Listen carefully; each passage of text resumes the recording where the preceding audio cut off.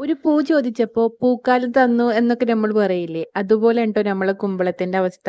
നമ്മളെ കുമ്പളത്തിന്ന് നമ്മള് ഒരു കുമ്പളെങ്കിലും കിട്ടിയെങ്കിന്ന് വിചാരിച്ചു ട്ടോ.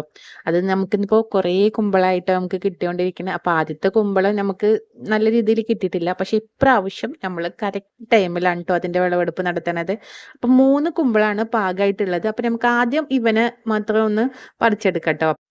അപ്പൊ നല്ല വെയിറ്റ് ഉണ്ട് ട്ടോ. കുമ്പളം അത്യാവശ്യം വെയിറ്റ് ഒക്കെ വെച്ചിട്ടുണ്ട്. ഒരു 2 കിലോന് ന്റെ മുകളിൽ എന്തായാലും ഉണ്ടാവും ട്ടോ ഇതിന്റെ ഒരു വെയിറ്റ്. അപ്പൊ നമുക്ക് ഇതിനൊന്ന് മുറിച്ച് നോക്കട്ടോ. നമ്മള് ഫസ്റ്റ് ഇതുപോലെ കുമ്പളം ഉണ്ടായപ്പോ നമ്മള് ഒന്ന് പൊട്ടിക്കാൻ വൈകി പോയിട്ടാ. അതിന്റെ വിളവെടുപ്പിന്റെ സമയം കുറച്ച് കൂടിയപ്പോ അതിന്റെ ഉള്ളില് ഫുൾ അഴുകിയിട്ടായിരുന്നു. അപ്പൊ നമുക്കതൊരു ഉപകാരത്തിന് കിട്ടിയിട്ടുണ്ടായിരുന്നില്ല. ഇപ്രാവശ്യം എങ്ങനെയുണ്ടെന്ന് അപ്പൊ നമുക്കൊന്ന് നോക്കാട്ടോ. അപ്പൊ കുമ്പളം കൃഷി ചെയ്യുന്നവർക്ക് അറിയാൻ പറ്റും. ഇത് വിളവെടുക്കുന്ന ആ ടൈമില് ഇതിനൊരു മുള്ള് മുള്ള് പോലെ ഉണ്ടാവും ട്ടോ. അപ്പൊ അതൊന്ന് തുടച്ചാൽ മാറാവുന്നതേ ഉള്ളൂ.